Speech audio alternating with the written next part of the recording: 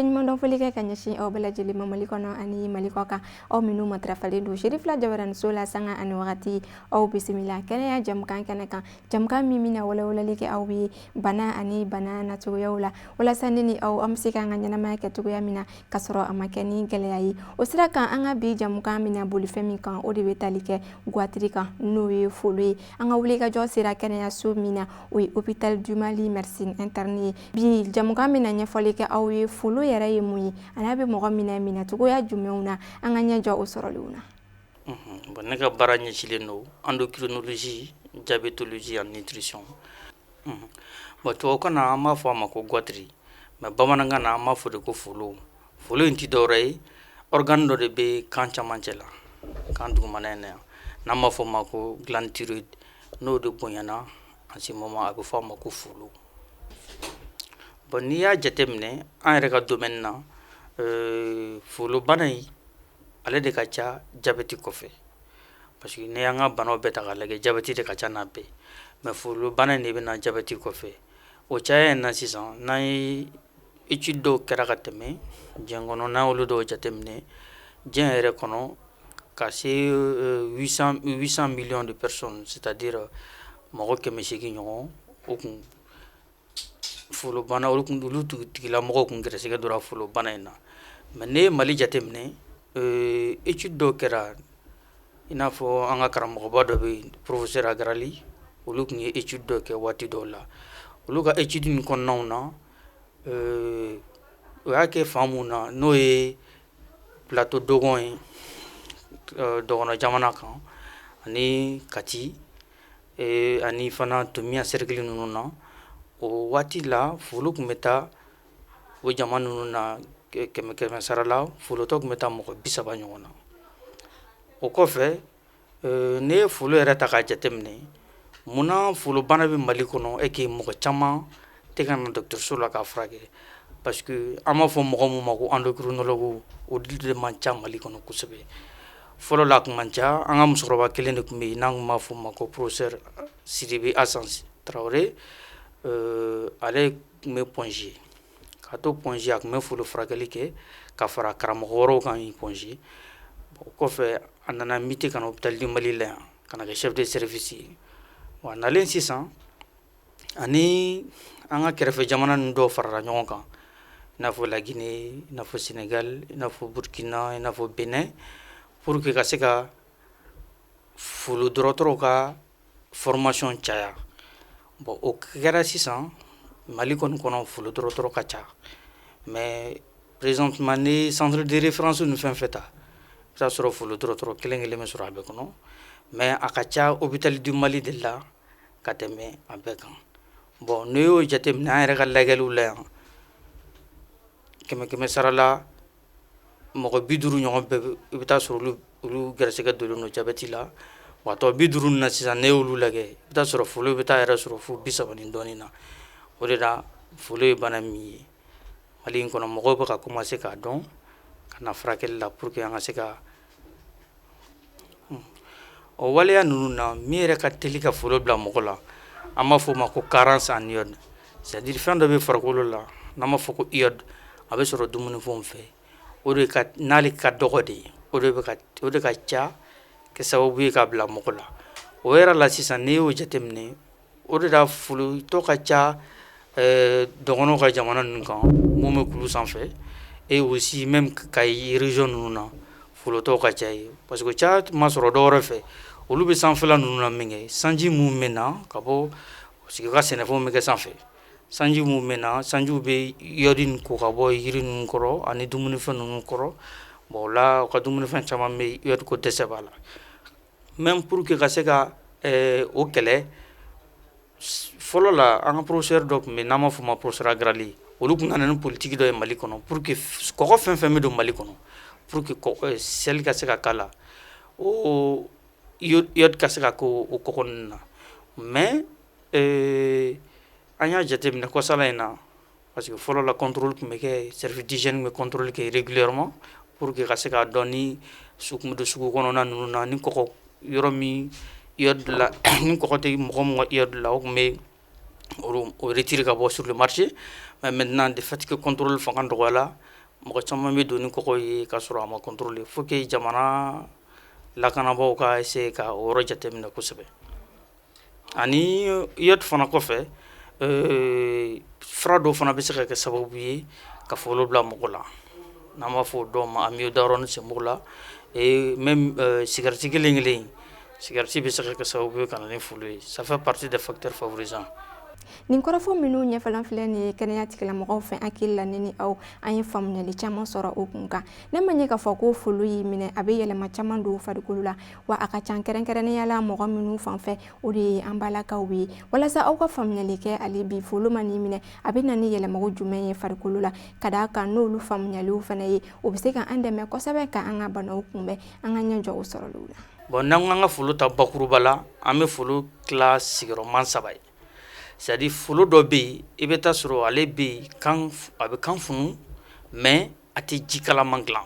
c'est-à-dire dilan thyroïde ka ji dilanta in hakɛya ka ɲi a tigilamɔgɔ b'a ka fɛn kɛ ka sɔrɔ a ma fɛn wɛrɛ manifester a tigi la mais dɔw fɛ yen i bɛ taa sɔrɔ olu folo in bɛ yen mais folo in bɛ ji kalaman dilan c'est-à-dire ni ji min bɛ dilan o ji fanga ka bon n'o ji fanga ka bon i bɛ taa sɔrɔ a tigi ka fɛn bɛɛ bɛ gɛlɛya mais dɔw fana bɛ yen i bɛ taa sɔrɔ olu ka foro bɛ yen mais a tɛ ji kalaman dilan c'est-à-dire ji fana a bɛ ji min yɛrɛ dilan o ji in fanga ka dɔgɔ n'o ji fanga fana ka dɔgɔ o fana bɛ na ni kɔlɔlɔ dɔ ye parce que dilan thyroïde fana ale ka jɔyɔrɔ bɛ farikolo la kosɛbɛ farikolo ka ko caman na o jɔyɔrɔ nin tɛ dɔwɛrɛ ye n'i y'a jateminɛ ni ji in ka ɲi i bɛ ka jɛnlatigɛ kɛ ka sɔrɔ problème tɛ yen mais n'a sɔrɔ ji ka ca i bɛ taa sɔrɔ i ka ko bɛɛ bɛ kalaya n'an b'a fɔ an yɛrɛ ka terme na n'an bɛ consultation n'an b'a fɔ mɔgɔw ma ko folo ka farin k'a bɛ ka ji kalaman dilan o la sisan i bɛ taa sɔrɔ mɔgɔw don o dusukun bɛ teliya a bɛ dusukun teliya bila dɔw la a bɛ o fasa o fana kɔfɛ i bɛ taa sɔrɔ fari jukɔrɔla bɛ kalaya ka to a tɛ suma kuma si hali n'o taara bana wɛrɛw lajɛ o b'a ye k'a fɔ sumaya tɛ foyi tɛ yen mais fari kɔrɔla ka kalan kosɛbɛ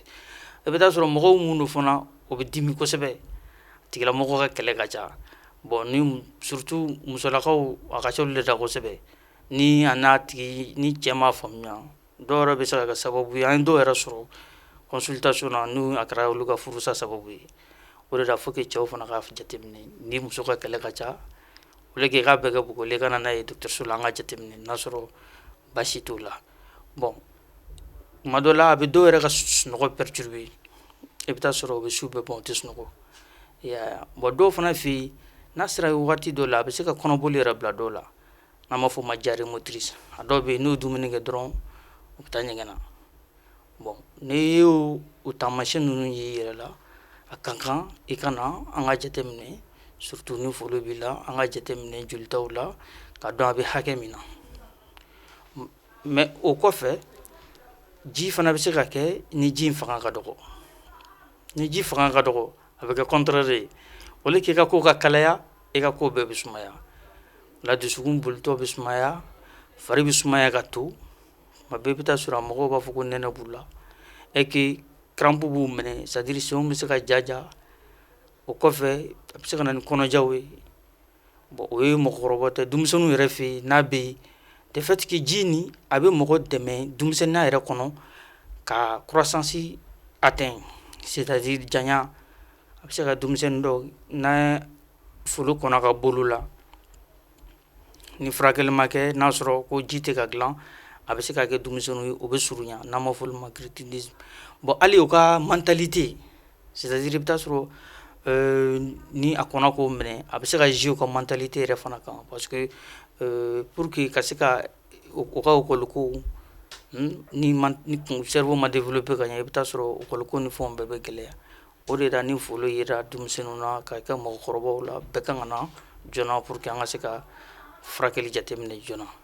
voilà folo in taamasiyɛn tɛ dɔwɛrɛ ye i bɛ taa ye kan de bɛ funu ni kan in fununa sisan surtout kan dugumana n'i y'a fununen a ka kan i ka na an ka jateminɛ komi n y'a fɔ tɛmɛlenw na ni a bɛ ka ji kalaman in dilan a bɛ min kɛ k'o bɛ kɛlɛya komi n'a tɛ ka ji fana dilan a bɛ mun kɛ komi an da sera olu fana ma n'i y'olu y'i yɛrɛ la dɔrɔn ka fara kan funu in kan sinon hali bɛ dɔw ye fana en plus de cela kan in bɛ funu mais folo suguya dɔw bɛ yen o se ka kɛ sababu ye hali ka ɲɛkisɛ fana sɔrɔ n'i y'o ye fana na i bɛ se ka na n'i nana an m'a jateminɛ n'a sɔrɔ folo de nɔ don o la ni furakɛli tɔ kan ka taa taabolo min na an b'o jateminɛ bon danagɛrɛ degun in tɛ dɔwɛrɛ ye an bɛ o fɔ o ye folo kɔlɔlɔ ye parce que ni folo tɛ dɔwɛrɛ ye folo bɛ kan dugumana in de da bon ni kan dugumana in bonyana sisan organi fɛn fɛn bɛ tɛmɛ o kan dugumana in na a bɛ se ka na ni kɔlɔlɔ dɔ ye fiɲɛ sama nɛri o bɛ tɛmɛ yen fɛ a bɛ se ka o degun dɔɔni dumunikɛ fana de fait que dumunikɛ sira fana bɛ tɛmɛ yen fɛ a bɛ se ka dumunikɛ sira in fana degun dɔɔni i bɛ taa sɔrɔ dumuni jigili kuma dɔ a bɛ gɛlɛya hali kumakan fasa fana bɛ tɛmɛ yen fɛ a bɛ se ka kɛ sababu ye hali ka se ka o fana kumakan gɛlɛya dɔɔni bon kɔlɔlɔ ninnu de kama an kan k'a furakɛ bon hali o kɔfɛ ni n y'a f'i ye kuma dɔ folo bɛ se ka kɛ sababu ye ka ɲɛ suma bon ni ɲɛ in surunna sisan n'an ma kɔn a ma a bɛ se ka kɛ sababu ye ka yeli gɛlɛya dɔw bolo ɲɛdimi bɛ se ka k'a kɔrɔ bon ni a sera stade dɔ yɛrɛ la a bɛ se ka kɛ sababu ye ka dɔw ɲɛ minɛ bon o de la ni folo bɛ mɔgɔ mun na o ka se an ma joona pour que an ka se ka jateminɛ ni furakɛli kan ka taa ni taabolo min ye kɔlɔlɔ wɛrɛ mun b'a la n'i y'a jateminɛ ka fara ɲɛ ninnu kan ani dumuni fɛngɛ ninnu kan kɔlɔlɔ mun yɛrɛ b'a la n'an bɛ siran o ɲɛ kosɛbɛ o ye bon ye parce que folo ni a mɛnna a bɛ se ka bayɛlɛma n'an b'a fɔ o ma ko cancer a bɛ se ka bayɛlɛma n'a bayɛlɛma an b'a fɔ o de ma ko bon o bon in na sisan furakɛli ka gɛlɛn o de la sani a ka se o ma mɔgɔw kan ka na joona n'o nana joona an ka kɔn a ma ka se ka furakɛli kɛ nin bɛɛ lajɛlen kɔfɛ folo furakɛliw olu bɛ taa sigiyɔrɔ damadɔw la folo dɔw bɛ yen nɔ olu bɛ kɛ ni opération folo dɔw fana bɛ yen nɔ o tɛ se opération ma o bɛ kɛ ni traitement médical ye nka nin bɛɛ lajɛlen bɛ dépend folo wagatiw la walasa aw ka faamuyali caman sɔrɔ hali bi folo furakɛliw senfɛ a kɛra opération ye walima a traitement médical an ka ɲɛ jɔ o sɔrɔliw la. bon bakuruba la furakɛli ka nɔgɔ furakɛli ye taabolo fila ye furakɛli dɔ bɛ yen n'an b'a fɔ o ma traitement médical c'est-à-dire an bɛ furaw d'a tigi ma bon furaw bɛ di a bɛ dépend folo bɛ hakɛ min na ni folo bɛ ka ji kalaman dilan an bɛ furaw di mun bɛ se ka sumaya ou bien n'a ji min bɛ ka dilan ni ji in fanga ka dɔgɔ an bɛ furaw di pour que ji in fanga ka se ka yɛlɛ o kɔfɛ ni a ka kuma kosɛbɛ an bɛ se k'a fɔ karisa i ka folo bɛ yɔrɔ min na de fait que an ye furaw d'i ma ni ji tun bɛ ka dilan ji ɲɛna mais an bɛ i bila ka taa opération kɛlaw fɛ yen n'o ye chirurgien ye olu ka se ka a opérer k'a bɔ yen hali n'olu tilara opération na i bɛ tila ka segin ka na an ma n'i nana an ma an bɛ tila ka contrôle kɛ k'a dɔn a bɛ cogo min na et que ni furakɛli min kan ka k'o kɔfɛ an bɛ tila k'o kɛ u bɛ dɔw yɛrɛ bɛ yen comme musolakaw fɛ yen surtout n'a ye denmisɛnnin muso jeune fille minɛ olu caman bɛ yen hali n'a tɛ ka ji kalaman dilan mais de fait que kuru b'o kan kɔrɔ a bɛ dɔ bɔ u ka saranw na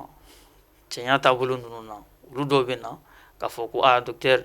vraiment ne ka folo in a ma bon kosɛbɛ a tɛ ka ji kalaman dilan a ji hakɛya ka ɲi mais a bɛ ne yɛrɛ de degun en ce moment an b'olu fana bila ka taa opération na pour que u k'a bɔ yen an kun y'a fɔ kuma nataw la ko an ka professeur tun ye min kɛ fɔlɔ c'est-à-dire dumuni fɛn fɛn bɛ don kɔgɔdafɛn na ka kɛ systématique ye c'est-à-dire k'a bɛɛ kɛ sel iodé ye mais an y'a jateminɛ suguw la sisan komi kɔgɔ bɛ don fan bɛɛ fɛ trafic siraw fɛ kɔgɔ caman bɛ suguw kɔnɔ sisan ni iodé t'o la o la an bɛ ci lase jamana faamaw ma o ka essayer service d'hygiène tun bɛ contrôle mun kɛ fɔlɔ a bɛ ka kɛ mais halisa k'a sinsin ka ɲa pour que kɔgɔ fɛn fɛn bɛ don sel a ka kɛ sel iodé ye o la n'o kɛra kunbɛ cogo caman bɛ sɔrɔ a la parce que ne ye folo yɛrɛ lajɛ suguyaw ka ca mais min ka ca yɛrɛ a kunba yɛrɛ min ye o ye carence en iodé n'o sera ka kunbɛ i b'a ye ko caman bɛ fɛn sinon hali jamana dɔw la hali olu ka pain fɛn iyodow bɛ yen u ka buru la u bɛ iyɔdi k'o la pour que ka se ka bana dumunifɛn wɛrɛw bɛ yen ni iyɔdi bɛ sɔrɔ olu la o fana bɛ yen bon o la dumunifɛn wɛrɛ mun na ni iyɔdi bɛ sɔrɔ la o ye fɛn mun bɛ bɔ kɔgɔji la dumunifɛn mun bɛ bɔ kɔgɔji la iyɔdi ka ca olu de la kosɛbɛ o de la fɛn mun bɛ bɔ kɔgɔji la an kan ka olu caman dunni matarafa pour que ka se ka bana in kunbɛn n ka kumakan laban ye min ye ka a Cherifla TV mɔgɔw yɛrɛ fo ka foli se an ka karamɔgɔba yɛrɛ ma n'o ye Chérif Usman Madani Ayidara ye ani Ansarudine mɔgɔ bɛɛ ani an bɛ foli lase an ka endocrinaux bɛɛ ma ka daminɛ an ka musokɔrɔba la n'o ye professeur Sidibe Asan Tarawele ale yɛrɛ bɛ se ka lafiɲɛbɔ la mais o bɛɛ la a bɛ ka continuer ka endocrinaux former an b'a fo la kosɛbɛ ale talen kɔfɛ an kɔrɔmuso de nana service ɲɛmɔgɔya ta sisan n'o docteur So Jɛnɛba Sila n'an bɛɛ ko a ma Tasi ani an bɛ jamana endocrinologue bɛɛ fo. Ka aw ladɔnni k'a fɔ an ka bi jamukan kun bɛ ka boli fɛn min kan o de ye folo ye n'an ko a ma nanzarakan na ko goitre ɲɛfɔli bɔra ka kɛ aw ye sisan folo yɛrɛ ye fɛn min ye a bɛ mɔgɔ minɛ cogo minnu na ale ni a bɛ se ka na ni complication minnu ye fo ka taa se a kɔlɔlɔw ma a furakɛliw fo ka taa se a kunbɛcogow ma hakili la ne ni aw an ye faamuyali caman sɔrɔ bi kɛnɛya jamukan kan aw ni ce aw ka ɲɛmadali la a k'an bɛn siɲɛ wɛrɛ ni kɛnɛya jamukan wɛrɛ ye.